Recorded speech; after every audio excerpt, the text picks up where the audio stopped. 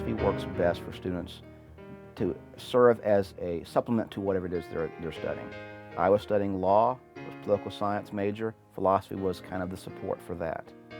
As a minor, a student from any major, be it welding or psychology or business, having a philosophy minor helps them learn some basic skills that are going to make them more competitive in that major field.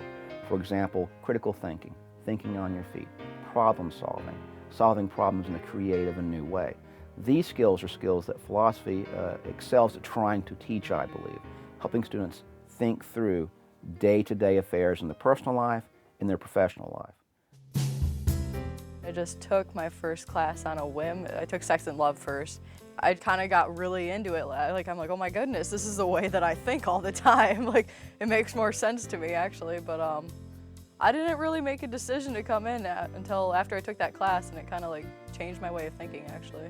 I've always been kind of like interested in it. I never really had anybody to talk to about my ideas. I took a class with Dr. Gray, a logic class, and the way he taught the class got me really interested in taking more from him. When I started taking this philosophy class, that's when I decided to start taking the minor in philosophy. I went to Lansing Community College. I really didn't like it there.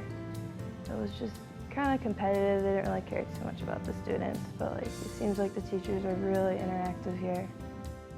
My philosophical idol, professors like Dr. Tom Buford, it was his classes I was taking at Furman when I made the change from pre-law to philosophy, because his classes made philosophy not just theoretical discussions about whether the chair is in the room or not, but made them actually apply to who I am and how I live my life. I like John Locke because of the blank slate thing. So just to think that we're completely neutral and then that we make ourselves bad or good. I read a book by Razum Kohak called The Embers and the Stars. He talks about how time, clocks, are tools that we create. The problem is that those tools come to dominate us. They come to control our lives. I don't wear a watch because of that book. Because while time is important, I want to be here on time for this interview, I want to be at class on time, there's enough clocks around the world for me to not have to have one on my wrist. I took a lot of courses, again, to make this degree work and viable for my continued education.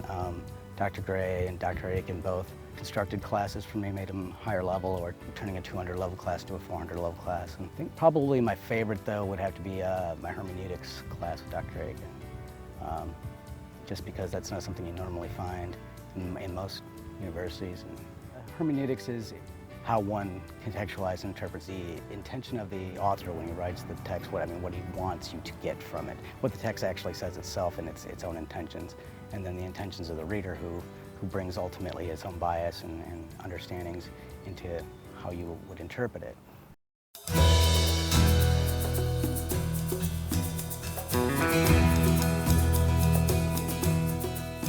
Travel abroad is wonderful. I got a chance to do it as a student when I was at Furman, my senior year, my second senior year actually. We went to 8 countries in Eastern Europe and Russia. It was a month-and-a-half program. I wish the programs were a little bit longer here at Ferris, but the bottom line is it's much more expensive to travel than it was 15 years ago, and so the programs here are 2 weeks. But what we hope to do, I'm working with Dr. Rachel Falk, who's our new hire in our history, who replaced Ted Walker when he retired a couple of years ago. We're going to work together to do trips in Italy. Our first hope is to do Rome and then Paris in France, and have those be the focal point of a first foreign study. Future trips may be to Germany, for example. But the bottom line is we are first and foremost trying to make sure that we have students who graduate and are graduating ready for the workplace. And so it's a little bit of a different atmosphere here. And so we're always trying to figure out how we can take the things we're doing and make them applied. You have to realize that there's not always one specific way to deal with everything, and philosophy really helps with that. Like, it makes you realize that, you're not always right, that this way isn't the only way that you can do things, that there's other options, you can even make up other options. Some of the things that I figure out about myself or about the way of thinking that I'm going to get from philosophy will help me in maybe decisions I make in the workplace. The philosophy program is not just me, though. We currently have 4 teachers that are involved in servicing the classes and servicing the minor. Professor Grant Snyder, Professor Susan Morris, and Professor Randy Groves. And a big part of the growth of this program was spearheaded by Professor David Aiken, who retired a year and a half ago to take a job in the Netherlands. So it takes a village to help make a program grow.